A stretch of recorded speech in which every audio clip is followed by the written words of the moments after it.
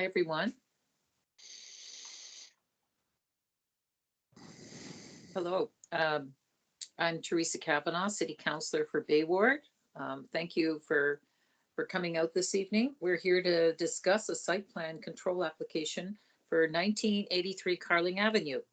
So I'm going to hand it over to the partner architect for this project for 1983, and that's Roberto Campos. Roberto, we'll let you show your slides. I believe you have the ability to share your screen, so you'll be able to. Sure. Yeah. Just so everyone knows, this meeting is being recorded. So if you have any privacy issues, just be aware of that. It is useful to see your name so that we know who's raising their hand. So if you can put your name in the chat for so that we're aware of who's there. Okay. We also have a city staff planner here, and her name is Lisa Stern. So if you have any questions related to the planning side of it, we can answer those questions as well. Anyway, thank you very much. I'll hand it over to you, Roberto. Thank you. Perfect. Thank you very much, Councillor. Very excited to be here tonight to present the proposal for 1983 Carling Avenue. Hopefully everybody can hear me, and hopefully the presentation's on the screen so that we can move forward. We do have some people here. I know that I just saw Jonah there, Jonah Bohan. He's part of the planning. Bill Holtzman, I'm not sure if Bill actually is here tonight, but we're here obviously on behalf of Keegan Gomes, who's the proprietor of this project and really our client. So we'll go ahead. As you can see, this is the site at what is 1983 Carling Avenue at the intersection of Carling and Bromley. It's on the northeast side of the project. The project itself is to develop a 5-story residential project. And there is no commercial. It is just purely a residential project that has 27 units. Parking would all be provided in the back area. The client actually owns the adjacent apartment buildings. And so there's significant parking that we've included for as part of this and meet the requirements based on the municipal standards for this. But this is a project here. I'll go on to the next slide. As you can see, some of these slides are part of our overall presentation packages to municipal planning staff and obviously UDRP as well. So this kind of shows you the site in relationship to the grander community and what's within the 500 meter radius of this particular property. Some quick views of the site, views looking into the property right here, and obviously some of the images from Carling and then from Bromley as well to kind of show the context of the property itself. Obviously, we're surrounded pretty immediately on the north side from a low-rise community. However, there is a significant tower that is in existing right now to the west of us, just a couple of properties over. Obviously, Carling, in this case, it's an arterial main street. The site is designated an AM10 with a height allowance of 20 meters on the property. It's specific to the property. The idea is that this is an arterial main street, obviously a fairly important thoroughfare running east-west across the city. And so the idea obviously is to, from a zoning and planning perspective, the idea is that arterial main streets are also to start to generate an idea of an urban design and architecture that starts to address a certain, I guess, enhancement of the pedestrian realm. For one, obviously, being an arterial main street is heavily car focused. There is a future plan for a increase in the transit system along Carling Avenue. When specifically that'll happen is not specific yet, but obviously a major thoroughfare running east-west. Yeah, you can see here plans ultimately for a at-grade LRT running along, and a LR like a station itself, not that far from the site. So this is all as part of the city's future plans.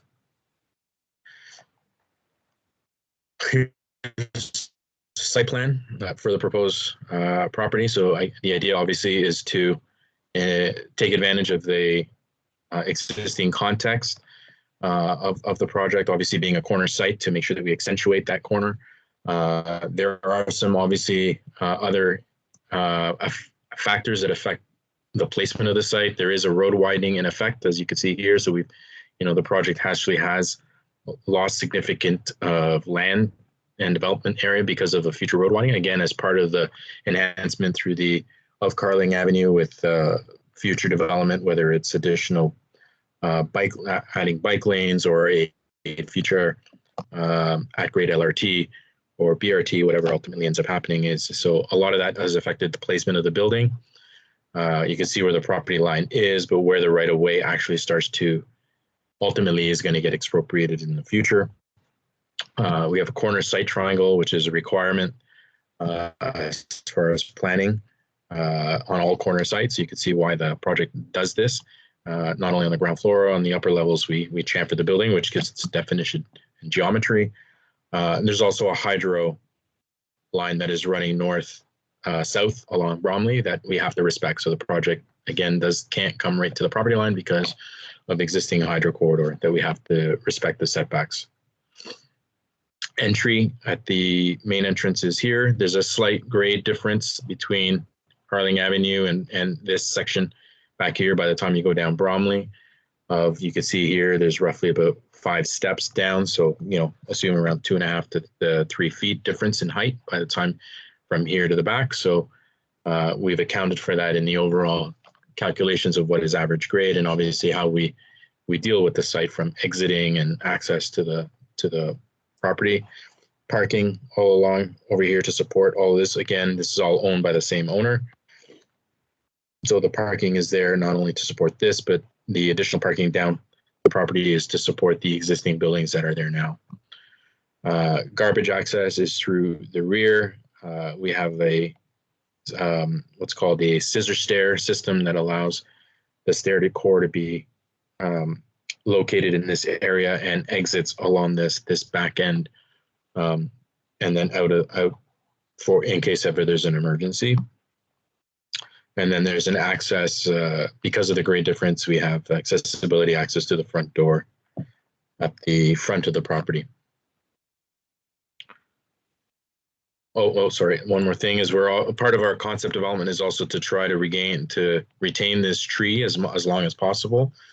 There's a fairly large mature tree that is existing there. Again, the idea is to try to keep it as long as we can. Ultimately, when the road gets widened, the reality is all this is going to be taken and readjusted based on the city's plans for the redevelopment of Carling. Quick view at the intersection, looking at the corner. You can see we recessed the ground floor to entry and of the building itself. We wanted to create an architecture that was very simple, obviously a residential building, but also have a contemporary interpretation of an apartment building while using certain warm materials. In this case, it's not actually wood, it's a wood look metal siding. Obviously for maintenance purposes, we really didn't want to go with wood. It would just be very costly and actually hard to maintain. But there's a significant amount of products out there that we've used before that actually give you that wood look and that warm feeling, that warm material, without having to worry about the maintenance aspect of it. So you could see the 5 stories. One thing that we've done along the rear yard is we step back the 5th floor, I would say about 5 to 6 feet to give a bit of a terrace to the 2 units facing the back, but also to help in the transition from the rear yard. The site, as mentioned, allows 20 meters in development height. Our building in height to the 5th floor is, I believe it's 16.5 meters. So we're under the 20 meters in that case. This is a view from Carling Avenue. Again, there's a significant tree.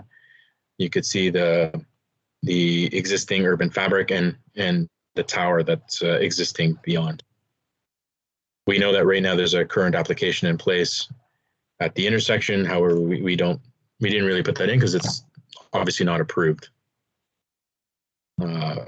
View at the rear lane on Bromley towards the parking and access to garbage. The units, for the most, with the exception of these 2 units, all the units will end up with a what's called a Parisian balcony approach, as opposed to a full-fledged balcony. It's common in a way to allow people to have access to fresh air and outdoors without actually having to do a full-scale balcony system. Obviously, these 2 units, which are going to be premier units, are going to get the benefit of a small balcony terrace. Just quick view of it on the property. Again, you can see, so we've tried to really maintain a very lower profile for the project. And you can see that we've, as we get into the shadow studies, you'll see that it's got very minimal effect on the surrounding context. General floor plans, like I said, entry into a vestibule with a little mail room, access to elevator, the scissor stair with 2 accesses to it, depending on which side you're going on, bicycle parking, a garbage room, small mechanical room, and 4 units on the ground floor. And then as we go up, you'll start to see the prototypical floor where access to an elevator, support mechanical stairs, and then the units wrapping around. And we kind of go through that all the way up.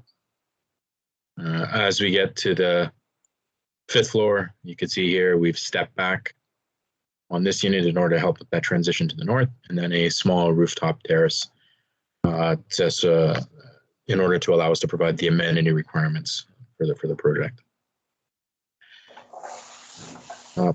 Some quick elevations.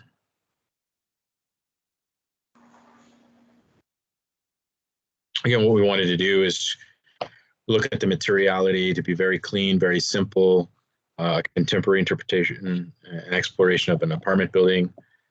Obviously, the idea is to repeat as much as possible. That's what apartment buildings are. They're repeated units.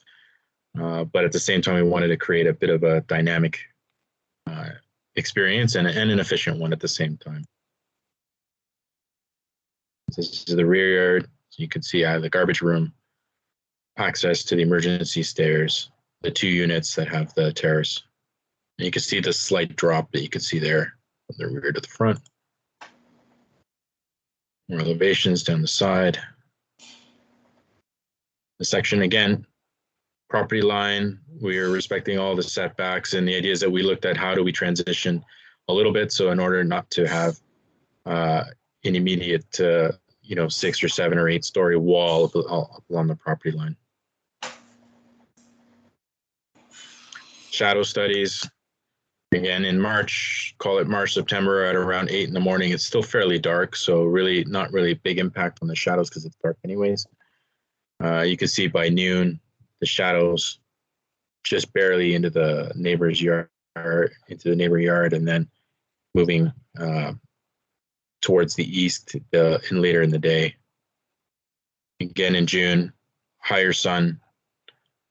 In the morning, a little bit lower sun and angle at that point, so a little bit of a shadow across the street, and then minimal shadows as it wraps. So very minimal, very little to no effect into the rear yards. Again in September, very similar to what we would have had in March.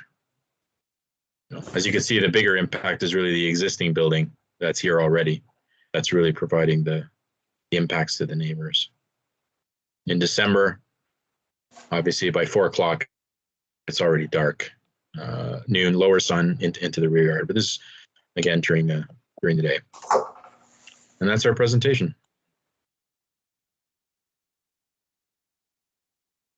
Thanks, Roberto. What we'll do is we'll go into questions. And there's 2 ways to ask questions. You can do it raised hand, or if you prefer, you can use chat to type out your question if you prefer. So either work because we've got a smaller group. I'll watch for both. Okay. You've got your screen on screen. So Yeah, I'm gonna shut it off. I just wanted that way if there's somebody on the chat, I can read it as well. yes, too. Great. Thank you. Great. All right. Any questions at all? If not, I'll start some. I'd like to know the size of the units. Are these and who are they being marketed to? Who do you see as your client for these units? Oh, that's a good question. We could certainly give you a breakdown of the unit typology. So right now there's 27 units in the building, 16 studios. This is a small site that we're trying to be as efficient as we can. So like I said, there's 16 studios, 10 one bedrooms and 1 2-bedroom in the building. I'm not sure if Keegan is on the call. He's the owner of the property and probably can speak better with regards to the market goals in that case. That's really more of a Okay. something that he could probably answer better. Keegan, are you there? Yes, I am. I can definitely answer that question. So it'd be a combination of students, young professionals, and a couple families that we can fit into the building. That's the kind of mix we have right now in the buildings across from us.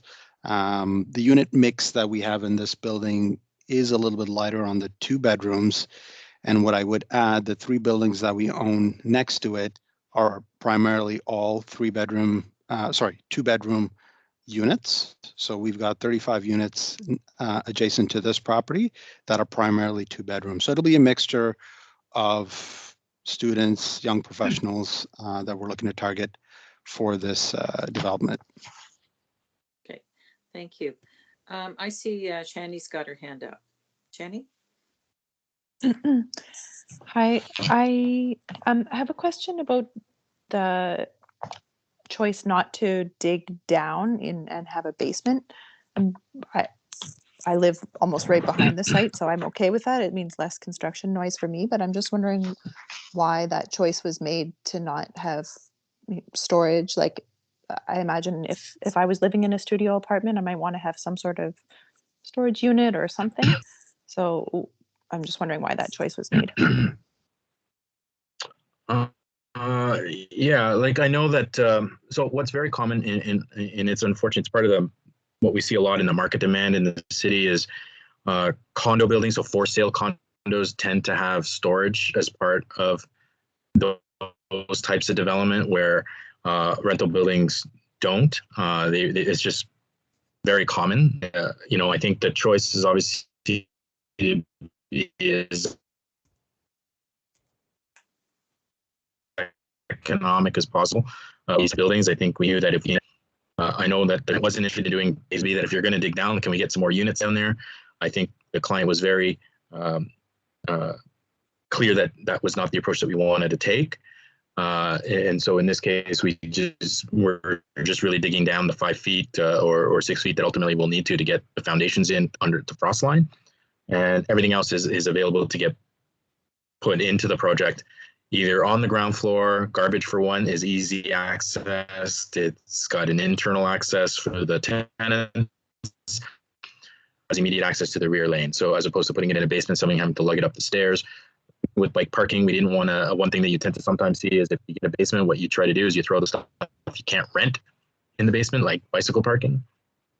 And so that wasn't something we also did because nobody wants to run their bicycle. Nobody wants to bring the bicycle through the elevator in the lobby, get the ground all dirty, the floors all dirty and mucked up, and then also having to lug it up and down an elevator or stairs. So everything that we needed to do as far as supporting the building itself is all either on the ground floor or the mechanical penthouse on the roof.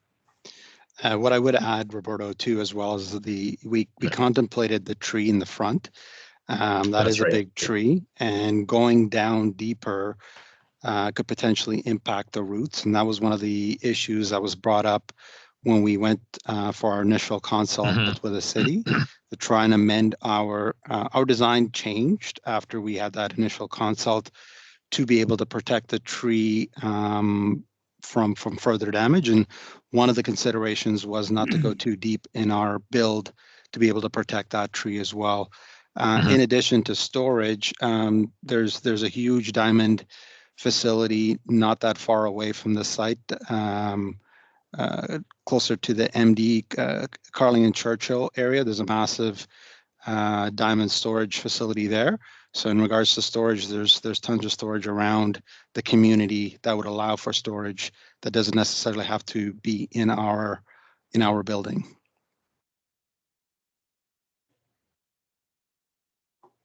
Okay, thank you. That's good to know. In terms of the tree, I'm just going to ask Lisa Stern, who's the planner, how is the tree bylaw being applied to save this tree, Lisa? The tree, I believe, is a city-owned tree. And hold on here. Let me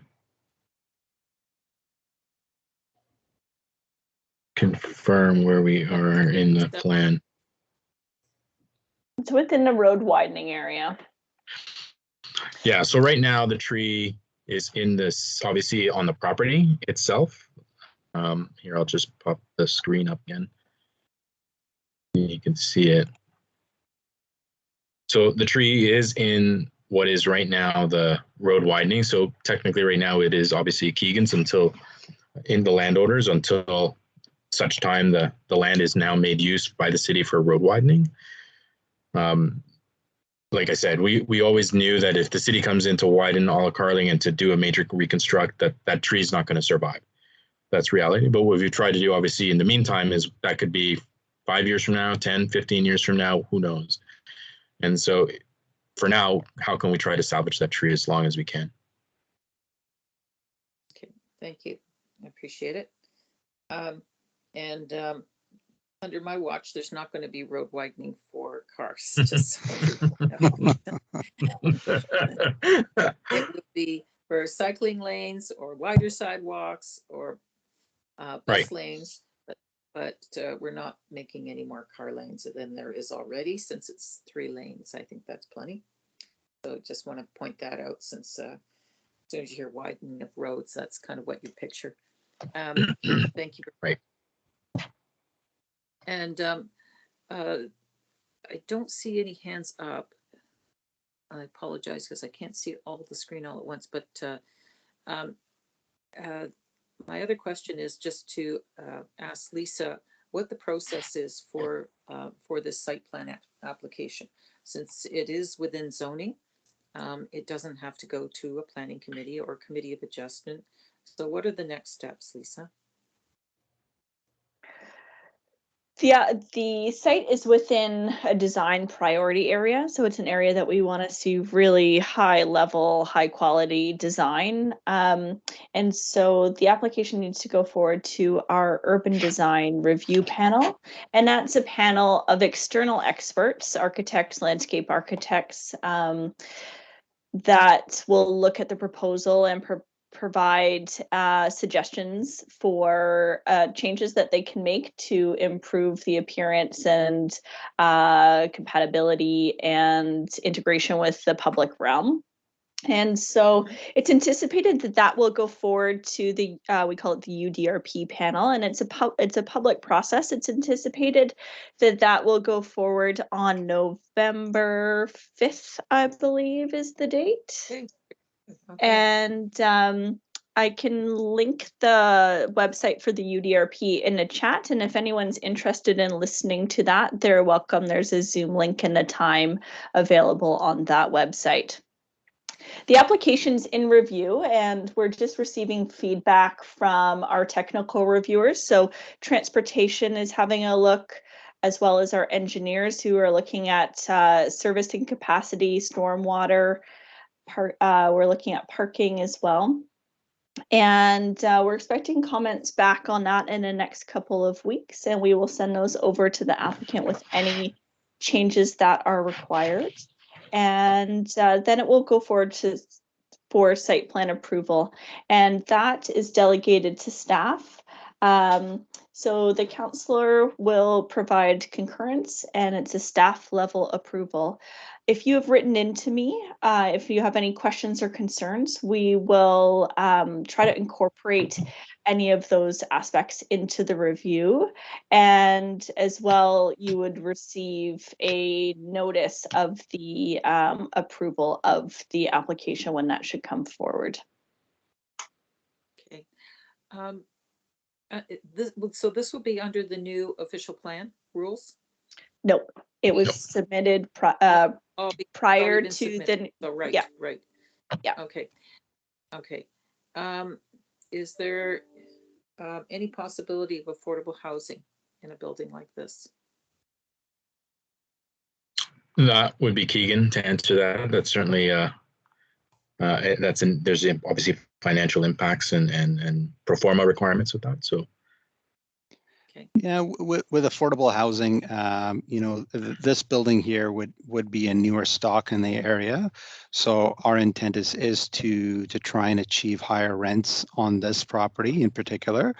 But I would note that the units, as I mentioned earlier, to the side of it, we own 35 units next to it, which would be older stock, and that's typically where we would look to implement more affordable housing in that space.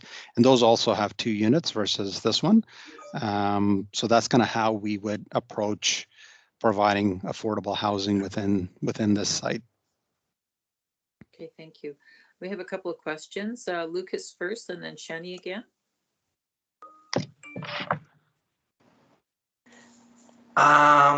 My question is, I guess it's a two-part question, if I may ask. If I missed it, what is the ratio with the parking for this new building?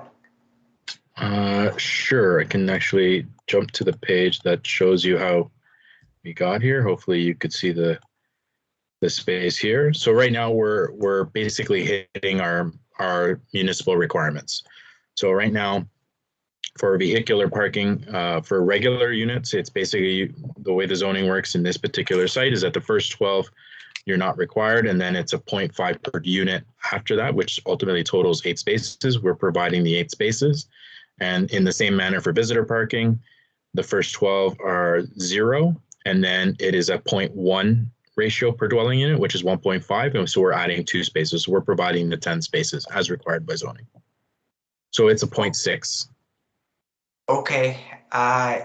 Is it because of like it's beside like Carling and it's with the transit, or is that because of the reduced parking? Is that the case? Why?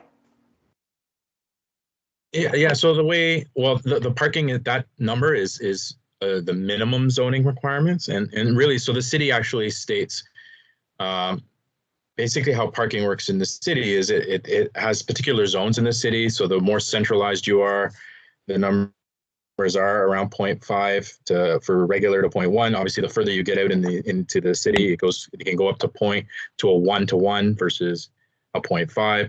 And then there's other things that impact as well is your proximity to rapid transit or an LRT station or a future LRT station. So all of that is really already kind of preset by the city. And so in this case, the zoning designations have determined that this particular area under what is called Area Y is this particular minimum ratio that you must provide. So we're providing the requirement by the city in this case. And in addition to that, if I remember, I looked through the slides online, and then when you went through it, is the Carling eventually going to be between this location? It's going to be there's plans, possibly plans for LRT over there at one in the future there, Teresa, or is that not the case? It's he said LRT, it's BRT, bus rapid Yes. transit. Means the one lane on the side will be buses only. And when is that planned to be That's a done? good question. It may not be take that long necessarily, because it's not complicated. They can just use the lane on the right and just paint it up. So I don't know if we have the latest information on a date, but it was not considered to be. It was considered to be pretty soon. I don't know, Lisa. Is there any information you have, or Connie?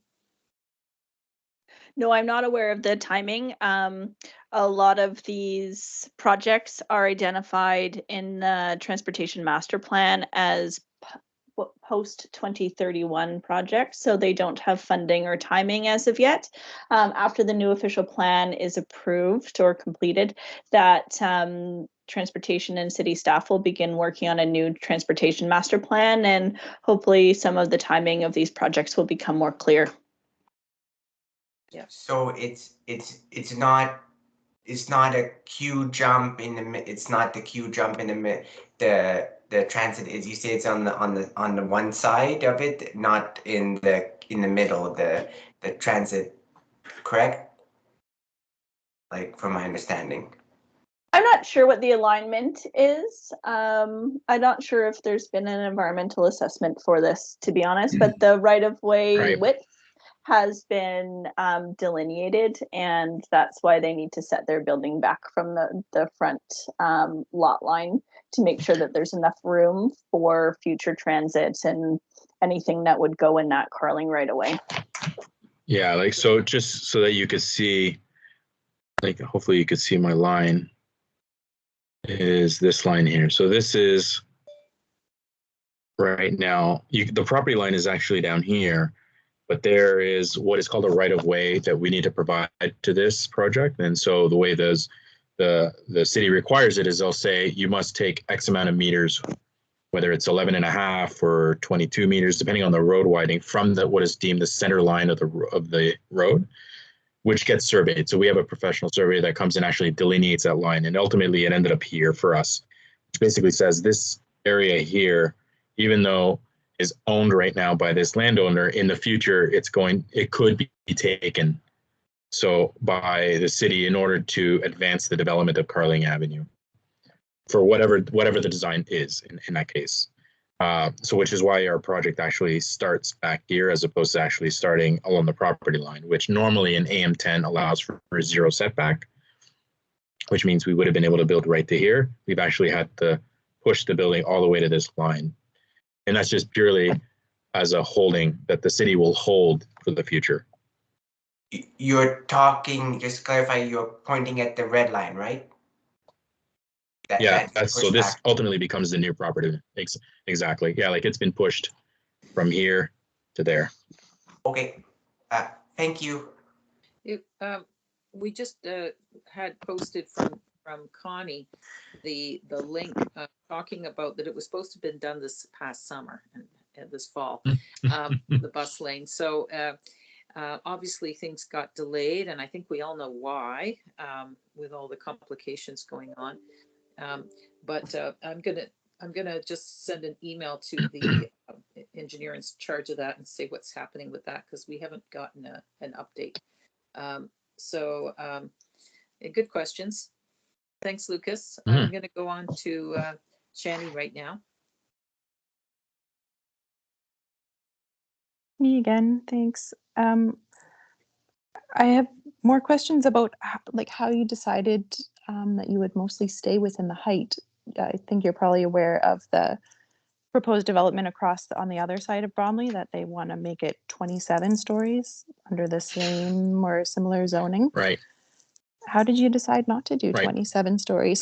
There's a lot of my neighbors that are, we're losing a lot of sleep over that. So to see this kind of proposal makes us so much happier. But how do we know that there's not gonna be some kind of like bait and switch like we've seen in other places down Carling? There's no bait and switch. This is what's being submitted for under as part of the site plan application. In the end, and again, Keegan can reiterate this, but it was made to us that he liked to build this now. right? And so in order to do that, we have to try to stay as much as we can within the existing zoning constraints. That's really what it was, is that, you know, if we start applying in this case for, you know, 10 stories, 15 stories, 20 stories, then we're into a whole other level of rezoning requirements, you know, back and forth.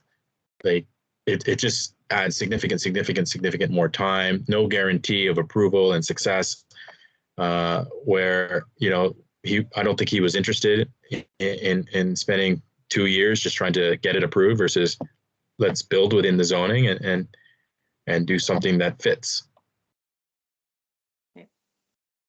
Thank you. And just a follow up to that, if it is approved, then any timeline for beginning construction? If it's approved within what we anticipate, then it would, you know, I would assume, you know, we live in Canada, so we're going to get some winter coming, and not the greatest time to start construction. So likely a very early spring. Okay, thank you.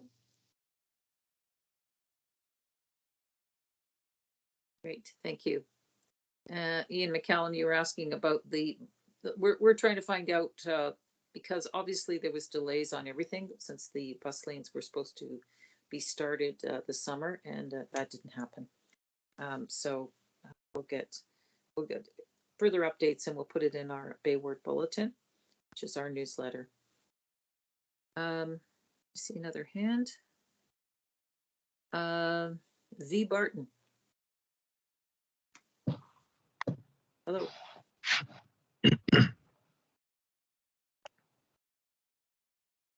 Hello, are you there?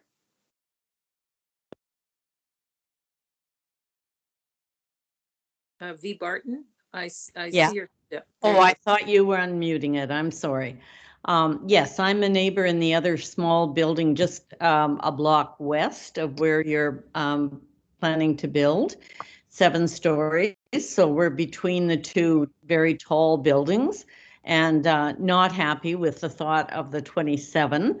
And I do want to say that I think can say I'm in favor of intensification, and I think our block of Carling has done its bit with Somerset Towers and Bromley Square.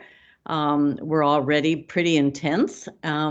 So I'm happy to hear you say that you do plan to stick with the height as we've seen it tonight.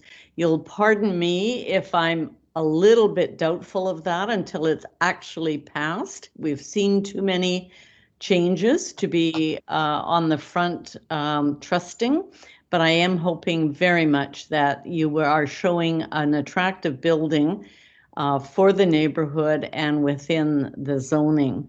I am wondering a little bit if this green patch that's just to the west of the building, and I believe just west to the hydro line, is that another part that is actually city-owned property, but would you be willing to plant a couple of trees there? So you can see here, and I'll just draw it so you could see it a little bit better. So this is the property line here, and hopefully you can see my red line kind of growing there. Yeah. So that's the property line. So anything in this zone here, yes, is the actual, yeah, this is city-owned land. The problem with planting tree, unfortunately, is the one organization that has pretty much unlimited power in this city with anything, any kind of development, no matter what type of building it is Hydro Ottawa. And so you see this blue line that I've just highlighted? Yes. So that's the power line right there. And so the idea is, and you could see, like, we would be allowed on a corner yard to build right to this red line. The problem is we are required under the hydro setbacks to provide at least 6 meters from the power line, wherever the lines are, to the face of our building. And that Hydro Ottawa will not in any way provide any relief. To them, they consider it a life safety issue. When their guys and their crews are around having to do any maintenance, you know, whether after like a storm or if they have to replace lines, they need the space around the building to make sure that they can put their machines and actually repair. In the same sense, they really will limit what you can plant here, right? In the end, it is city-owned property. You know, it'd be very difficult for us to say, yeah, we could plant some shrubs. It's an easy thing to do, but really it's up to the city to decide what they can build. Teresa, if there's any question, if they could even put grass in there would be a help, the look of it, and particularly for the people in your building, but also for the people in the neighborhood. Thank you. For sure. Thank you. Thank you very much for your question. Is there any other questions? For some reason, I'm not seeing the chat. Hold on. Oh, there it is. Got it. During construction, would the parking spaces behind the buildings still be accessible? Yes, 100%. They have to be. In the end, the construction, whoever the constructor is at the time of building permit will be required to submit a construction plan as to how they're going to actually provide construction overall to the site. But the reality is that this lane has to be left open in order to provide the existing parking for the existing buildings. So yes, it would be left. Thank you. In terms of parking, what is your parking ratio for your other buildings? Is it 1-to-1? Oh, that's a good question. I don't have those numbers right in front of me. Keegan, do you know? Is it, because you may have tenants. No, I don't have that number in front of me right now, but what I can say is we don't have 1-to-1 usage right now. So if you drive by right now, even you'll see there's a lot of spots that are vacant. So we would have surplus spots available. And Teresa, for from your perspective, we would be trying to attract tenants that don't have cars to this site, so that we're putting in bike racking system and bike storage system. So we're trying to attract a tenant that would be more using rapid transit as well as bikes as opposed to driving. Yeah, no, I realize that. I'm asking because that may be something that you've put into your consideration, since you may have parking that doesn't get used if you have tenants that don't use it already. So I've seen new buildings being put with old buildings, and sometimes it blends together. But no, I understand that, of course. Is there any intention in the long run to develop those other buildings, the older buildings? Not at this point. We don't have any intention to redevelop those buildings. Okay. They are rare to have low-rise buildings with larger units, so I hope you hang on to them, because that's what we need. That's the one thing that we're missing the most in terms of what is available possibly for families, which is who need affordable housing the most. The other thing we discussed when we designed this building too is we could have gone the option of micro units, and I'm sure you've seen that across the city if you've been involved in other development applications.